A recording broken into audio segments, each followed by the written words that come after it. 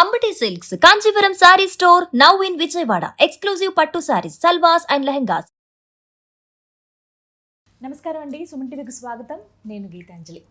సుబ్రహ్మణ్య స్వామి వారి స్వయంభూ క్షేత్రం అని చెప్పి మీరు సుమన్ టీవీలో ఆల్రెడీ ఒక వీడియో చూసుంటారు. విజయవాడ దగ్గరలో చాలామంది వెళ్ళి దర్శనం చేసుకుని వచ్చారు. అసలు ఆ పుట్టను అలా చూడటం కానీ, అక్కడ ప్రతిష్ఠించినటువంటి విగ్రహాలు కానీ, వీటన్నిటిని చూసుకుంటూ అక్కడ ఉన్న వాళ్ళని ఒక్కసారి కదిపితే మాకు ఎన్నో వరాలు ఇచ్చాడు ఆ స్వామి అని చాలా సంతోషంగా చెప్తారు. ప్రధానంగా సంతానాన్ని అందించారని. సుమారుగా 700 మందికి పైగా ఆ భాగ్యాన్ని పొందారని మనం గురువుగారి మాటల్లో, శ్రీ అన్నవరపు తిరుపతి మూర్తి అవధాని గురువుగారి మాటల్లో మనం విన్నాం. వారి ద్వారానే మనకి తెలిసింది ఇలా అక్కడ పుట్ట ఉంది, మనం వెళ్ళి దర్శించుకోవచ్చు, స్వామికి అభిషేకం అక్కడ చేసుకోవచ్చు విశేషంగాని. షష్ఠులు చాలా విశేషంగా అక్కడ జరుగుతున్నాయండి. ఇప్పుడు రాబోతున్నటువంటి మార్చి 9న బహుళ షష్ఠి, పాల్గొన మాసంలో బహుళ షష్ఠి. మార్చి 9వ తారీఖు. ఇప్పటి వరకు మేము వెళ్ళలేదనే వాళ్ళకు వెళ్ళి అభిషేకం చేసుకునేందుకు ఒక దివ్యమైన అవకాశం ఇది.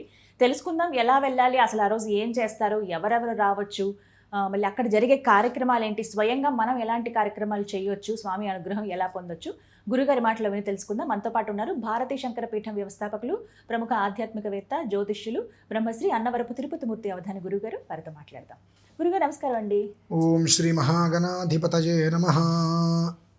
స్వామి గురించి మీ మాటల్లోనే వినాలి. చాలా చక్కగా మొన్న కార్యక్రమాలన్నీ జరిగాయి కదండి మాఘమాసంలో, బహుళ షష్ఠికి. మరి ఇప్పుడు రాబోతున్నటువంటి షష్ఠి ఎలాంటి కార్యక్రమాలు చేస్తారు? ప్రతి షష్ఠి ఉంటుందని విన్నాము. అవునమ్మా. ఇప్పుడు జరిగే కార్యక్రమాలు ఏంటి, విశేషాలు, ఎవరెవరు రావచ్చు, ఎటువంటి ఫలితం పొందవచ్చు? తప్పకుండా. దానికన్నా ముందు 16 సంవత్సరాల తర్వాత స్వామివారి యొక్క అనుమతితో ఆ విషయాన్ని బయటికి తీసుకురావడం జరిగింది. దీనికన్నా ముందు ఓ 2 సంవత్సరాల క్రితం, ఈ కొత్త ప్రభుత్వం రాకముందు, అక్కడ అప్పుడున్నటువంటి వ్యవస్థ మొత్తం ఆ ఏరియాలో ఉండేది. కొండ మీదకి ప్రతిరోజు పోలీసులు విపరీతంగా పైకి వెళ్ళి కిందకు వస్తూ ఆ పైన నామాన్ని కూడా తీసేసి ఇదంతా పుట్ట తీసేయాలి, ఇక్కడ రకరకాలుగా చేసుకుంటూ ఆ కొండ దిగువన ఉన్న వాళ్ళందరికీ కూడా నోటీసులు పంపించేశారు. ఇల్లులు ఖాళీ చేసేసేయండి, కంచి ఇల్లులు మొత్తం కూల్చేస్తాం, మేము మీ దగ్గర ఉండడానికి వీల్లేదని చెప్పి లబో దిబోని వాళ్ళందరూ కూడా బాధ. ఆ పరిస్థితుల్లో ఆ అమరు అన్నగారు ఇలా ఉంది, మరి పరిస్థితి ఏంటి అంటే స్వామివారి దగ్గర ఒక 2-3 రోజుల పాటు ఆయనకి సంబంధించిన మూలమంత్రానుష్ఠానాలతో ధారపోసి, ఆయన 16 సంవత్సరాలుగా ఎప్పటి నుంచో ఉన్నావు, మా కంటికి 16 సంవత్సరాల క్రితం కనిపించడం జరిగింది. అప్పటి నుంచి యథాశక్తిగా చాదరైన సేవలు నీకు చేసుకుంటూ వస్తున్నారు. కొలిస్తే కొంగు బంగారం చేస్తావని చెప్పి ఎంతోమంది నమ్ముతారు. కాబట్టి నీ కొండని నువ్వే కాపాడుకో, నీ పిల్లల్ని నువ్వు కాపాడుకో అని చెప్పి కొన్ని విశేషమైన మంత్రానుష్ఠానాలు చేశాక ధారదత్తం చేసి వచ్చాం. భగవద్ అనుగ్రహం వల్ల ఆ తర్వాత ప్రభుత్వం మారటం, ఎవరెవరికైతే ఇల్లు ఖాళీ చేయమని నోటీసులు వచ్చినాయో వాళ్ళందరికీ కూడా ఇళ్ళ పట్టాలు ఇచ్చేశారమ్మా. చూడండి ఎంత అనుగ్రహం. ఆ తర్వాత 1.5 సంవత్సరానికి ఆ విషయాన్ని మనం బయట పెట్టాం.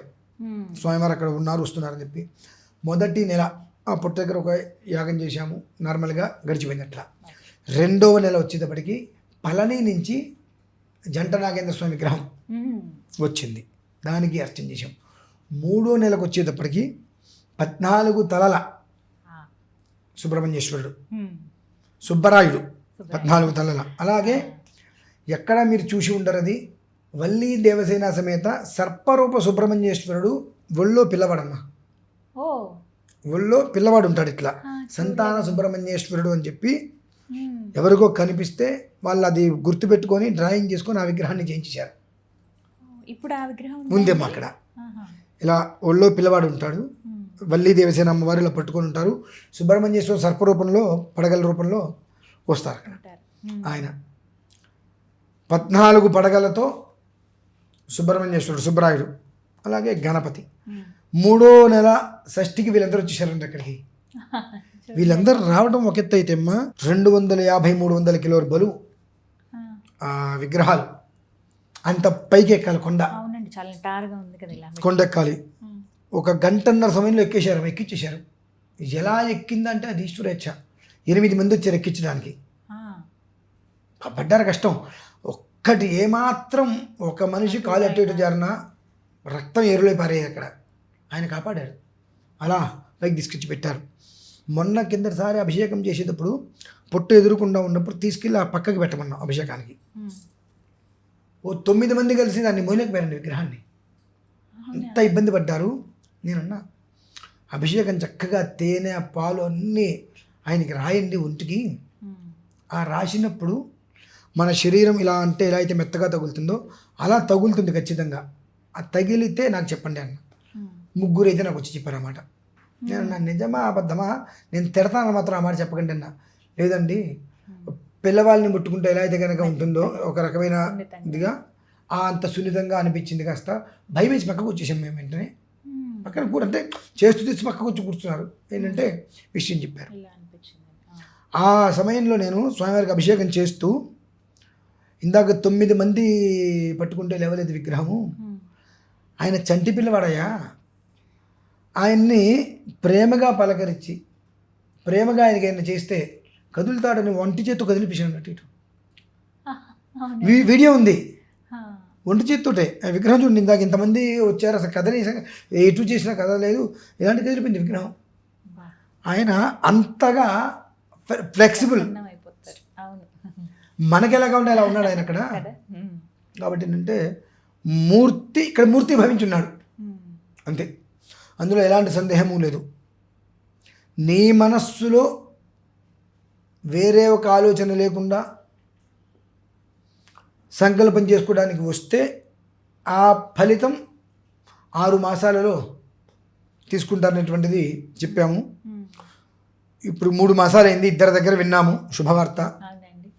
రేపు 4వ నెల, మరి ఇంకొకరి దగ్గర ఇద్దరి దగ్గర వింటామో లేదో మాకు తెలీదు. నేనైతే 6 మాసాలు సమయం ఇచ్చానమ్మా. ఖచ్చితంగా 6 మాసాలు వచ్చి చేసుకోండి, 6వ మాసానికి అందుతుంది అన్నాను. ఒక మన చెవులకైతే దృష్టికి వచ్చినాయి, సంతోషం అనిపించింది, మంచిది. అంటే ఏంటంటే నీ నమ్మకమే నిన్ను కాపాడుతుంది. నేను ఎవరిని కాపాడటానికి ఇక్కడ, నువ్వు ఏ రీతిలో నమ్మొచ్చావో ఆ రీతిలో నేను నిలబెడుతుంది. నువ్వు చూద్దామని వచ్చావనుకో, రెండోసారి నువ్వు రాలేవు అక్కడికి. నిజంగా మొదటిసారి వచ్చిన వాళ్ళల్లో కొంతమంది మళ్ళీ రాలేదు.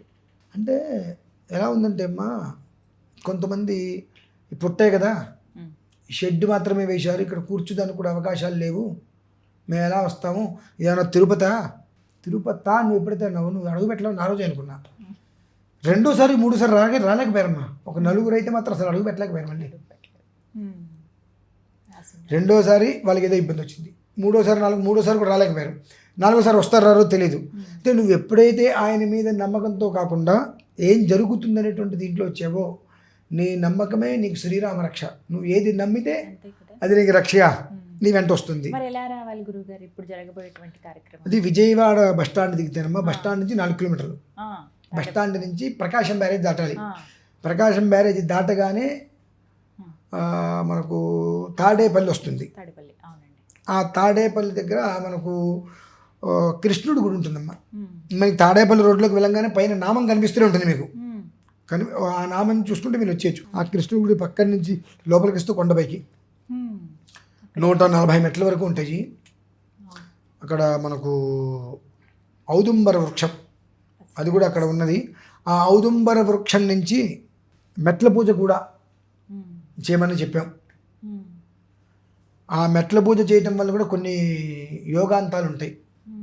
కనుక ఈ ఏదైతే ఔదుంబర వృక్షం ఉందో ఆ ఔదుంబర వృక్షం అనేటువంటిది కొన్ని శాఖలు స్వామివారి వైపు పడగలాగా అవి వెళ్ళడం జరుగుతాయి. ఆయన పైనుంచి కిందకి దిగినా పైకి వచ్చినప్పటికీ కూడా ఒక నీడలాగా ఏర్పడుతుంది. రేపు షష్ఠికి మొదలుపెట్టి ప్రతి మంగళవారం ప్రతి ఆదివారం ఎవరికి తోస్తే వాళ్ళకి మెట్ల పూజ చేసుకొని ఇంకాస్త తొందరగా స్వామివారిని ప్రసన్నత చేసుకోవడానికి అవకాశం ఉంటుందనేటువంటి విషయాన్ని కూడా మన సుమన్ టీవీ ద్వారా 10 మందికి తెలియజేస్తుంది. నాకైతే చాలా అభిషేకం అవి చేయిస్తారు, ఎవరి స్వహస్తాలతో వాళ్ళు చేసుకోవచ్చు. ఇది ఎలా ఉంటుందంటే అక్కడ సంతానం అనేటువంటి దానికి మూలాది దేవత. మీరు గుట్టలు, కొండలు, కోనలు, రాళ్ళు, రప్పులు, కోనేరులు, సముద్రాలు, సాగరాలు, సప్తసాగరాలు అన్నీ తిరిగి కలగలేదు అక్కడికి వచ్చేసి. అంతే, తిరగని ప్రదేశం లేదండి అన్నారు. ఈ ఒక్క ప్రదేశానికి రండి, ఇంకెక్కడికి తిరగక్కర్లా. 6 నెలలు మాత్రం అందుబాటులో ఉండవలసింది ఖచ్చితంగా. 6 నెలల అనంతరం స్వామివారి యొక్క అనుగ్రహం ఆ రూపంలో మీకు అందుతుంది. అది మాత్రం మేము విన్నాము, వింటాము, వింటూనే ఉంటాము. ఉంది. ఆ మాట మాకు వంశం లేదండి అనేటువంటి పదం అక్కడికి వచ్చిన వాళ్ళు, దానికోసం వచ్చిన వాళ్ళ దగ్గర అయితే లేదండి అనేటువంటి పదం అక్కడ వదిలేసేచ్చు. ఇంకా అది మాత్రం ఖచ్చితంగా అంత విశేషంగా స్వామివారు అంతమందిని చూస్తున్నారు కనుక జనాలు రావాలి. కాకపోతే నాకు ఒక చిన్న వినపం కూడా, తప్పకుండా ఇంతకుముందు 700 మందికి సంతానం కలిగిన వాళ్ళు కూడా ఈ వీడియో చూస్తే మాకు సహకారం ఏంటి అంటే స్వామివారికి షెడ్డు మండపం వేయించాలి అని అనుకుంటున్నాం. అక్కడ కూర్చోటానికి కూడా ఒక రకమైన ఇబ్బంది అయితే ఉంది. వాటికి 10 మంది ఏదైనా సహకరిస్తే తర్వాత కూర్చోడానికి వచ్చిన ప్రతి వాళ్ళు ఇది తిరుపతి కాదు కదండి, మహాక్షేత్రం కాదు కదండి అంటే వాళ్ళకి రిచ్గా కనిపించట్లా. రిచ్గా కనిపించాలి అంటే ఈ కింద నుంచి అన్ని మెట్లు అన్నీ వేసుకున్న పిల్లవాడు ఏమనుకోవాలండి మరి, తన సొంత డబ్బుతో అంతా చేసుకుంటూ వచ్చినందుకు. అందరూ కలిసి ఆయనకు ఒకటి మండప నిర్మాణం చేస్తే, గర్భగుడి అంటారు దాన్ని, స్వామివారి గర్భగుడి, మనందరం ఆయనకి కలిసి ఏర్పాటు చేస్తే ఇక లేదు అనే పదం ఎవరికి లేకుండా ఆయన అంతకన్నా ఇంకా ఎక్కువగా ఆనందపడిపోయి, ఇప్పుడు వర్షం వస్తే ఇక్కడికి వచ్చేస్తాయి, మా పుట్ట మీదకి వచ్చేస్తాయి, కొండ మీద అలా. మాకేంటంటే చుట్టూతో ఒక 2 అడుగులు గోడ కట్టేసేసి పుట్టకి పైనుంచి స్లాబ్ వేసేసి మందిరం వేద్దాము గర్భగుడిలా. కానీ అది వేస్తే వర్షం లోపలికి రాదు, ఎంత వచ్చిన నీళ్ళు రావు లోపలికి. ఇప్పుడు మొన్న ఒక చిన్న గోడ కట్టే ప్రయత్నం చేస్తే వర్షానికి మొత్తం కుట్టుకుపోయింది కిందకి. ఆ ఇబ్బంది లేకుండా ఉండాలంటే దీనికి మండపం కూడా ప్రయత్నం చేస్తున్నాం. భక్తులు ఆ రకంగా కూడా ముందుకొచ్చి సహకరించి కనీసం స్వామివారికి మండపం వేయించడానికి ముందుకు రాగలిగితే ఆయనకి గర్భాలయం వస్తుంది. కాబట్టి ఆయన గర్భం లోపల నిలబడితే, గర్భ ఆలయం లోపల ఆయన ఉంటాడు కాబట్టి ఆయన ప్రతి ఒక్కరికి కూడా ఆ అవకాశం ఇంకా ఎక్కువగా ఆయన ఇవ్వగలుగుతాడు. ఆయనకు కూడా ఉంటుంది కదా మరి. ఇంతమంది వస్తున్నారు, తిరుపతి వెళ్తే శ్రీవారి టికెట్ 10,000 అంటే కొనేస్తారు, ఇంకోటి అంటే కొనేస్తారు, ఇంకోటి అంటే కొనేస్తారు, 10,000 రూపాయలు దానికి డొనేషన్ అంటారు, దీనికి డొనేషన్ అంటారు. మరి ఇక్కడికి వచ్చినప్పుడు ఇంతమందికి ఇంత యోగం కలిగిందని తెలిసి కూడా కనీసం నా నెత్తి మీద రేకుల షెడ్ ఉంది, మధ్యాహ్నం పూట చిల్లులోంచి ఎండబడుతుంది నా మీద, వర్షం వస్తే మొత్తం వచ్చేస్తుంది, మీరు వచ్చినా మీరు కూర్చోడానికి కూడా లేదు కదా, మీరందరూ కలిసి మీకు కూర్చోడానికి ఏర్పాటు చేసి నాకు ఒక మండపం ఏర్పాటు చేస్తే అంతకుమించి ఎక్కువగా నేను మిమ్మల్ని కాపాడుతా కదా అని ఆయన అంటాడు కదండి. అనిపిస్తుంది, తప్పేముంది, అంటే మన ఆలోచనలు తగ్గట్టుగా ఆయన ఉంటాడు కదా మరి. అది అర్థం చేసుకొని ప్రతి ఒక్క మనిషి వచ్చి మన భారతీయ శంకర పీఠానికి ఫోన్ చేసినట్లయితే పూర్తి వివరాలని కూడా అందించడం జరుగుతుంది. వాళ్ళ పేర్లన్నీ రాసుకోవడం జరుగుతుంది చక్కగా. అక్కడ ఏం జరిగినా వాళ్ళకి అది ప్రతి ఒక్క విషయాన్ని కూడా వాళ్ళకి చేరవేయటం కూడా జరుగుతుందమ్మా ఖచ్చితంగా. చక్కగా వివరించారు గురుగారు, ధన్యవాదాలండి. విన్నారు కదండి, మార్చి 9వ తారీఖు బహుళ షష్ఠి పాల్గొన్న మాసం. ఇప్పటి వరకు గత 3 షష్ఠులు ఎంతో వైభవంగా అక్కడ కార్యక్రమాలు జరిగాయి. తాడేపల్లి మీకు విజువల్లో చూపిస్తాను చూడండి, ఎంత పెద్ద పుట్టో, స్వామి ప్రత్యక్షంగా అక్కడ ఉన్నారు, వస్తూ ఉంటారు, వెళుతూ ఉంటారు, అక్కడ ఉన్నారనడానికి చాలా నిదర్శనాలు ఉన్నాయి. తర్వాత ఏర్పాటు చేసినటువంటి విగ్రహాలు కానీ అవన్నీ కూడా వాయు ప్రతిష్ఠ కాబట్టి చక్కగా మీ అంతటా మీరే వెళ్ళి అభిషేకం చేసుకోవచ్చు. అలాగే గురువుగారి ఆధ్వర్యంలో పూజా కార్యక్రమాలు కూడా చేయొచ్చు. సంతానం కోసం ఇబ్బంది పడేవాళ్ళు, కళ్యాణం విషయంలో ఇబ్బంది పడేవాళ్ళు చాలామంది అక్కడికి వచ్చి మొక్కుకుని వెళ్తూ ఉన్నారు. అయితే ఇందులో భాగంగా మేము ఈసారి రావాలనుకుంటున్నాం అనే వాళ్ళకి స్క్రీన్ పైన నెంబర్ ఇస్తాను, భారతీయ శంకర పీఠం వారిది.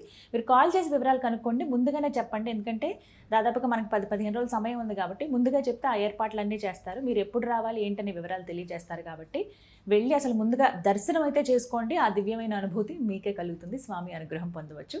నమస్కారం.